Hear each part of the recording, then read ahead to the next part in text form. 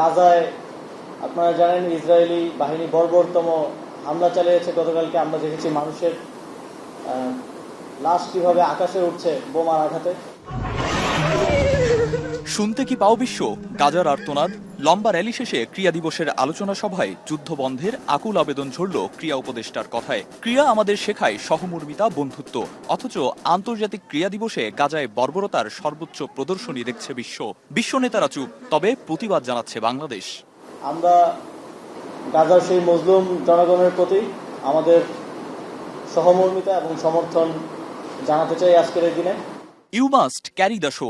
গাজার বেদনা বুকে নিয়েই দেশের ক্রীড়াঙ্গনে সুখবর শোনালেন আসিফ মাহমুদ। ক্রীড়াঙ্গন বিকেন্দ্রীকরণের প্রচেষ্টায় 8 বিভাগে হতে যাচ্ছে 8টি স্পোর্টস হাব।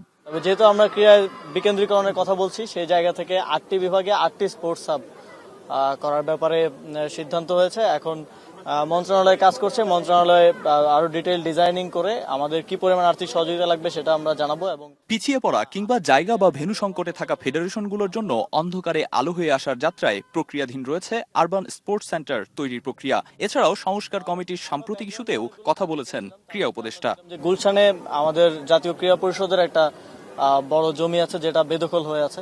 আমরা সেটা নিয়েও একটা ডিজাইন করা হচ্ছে যে যেই ফেডারেশনগুলো সাধারণত ইনডোর স্পোর্টসের যে ফেডারেশনগুলো আছে সেই ফেডারেশনগুলোকে সেখানে অফিস এবং স্পোর্টস ফ্যাসিলিটিস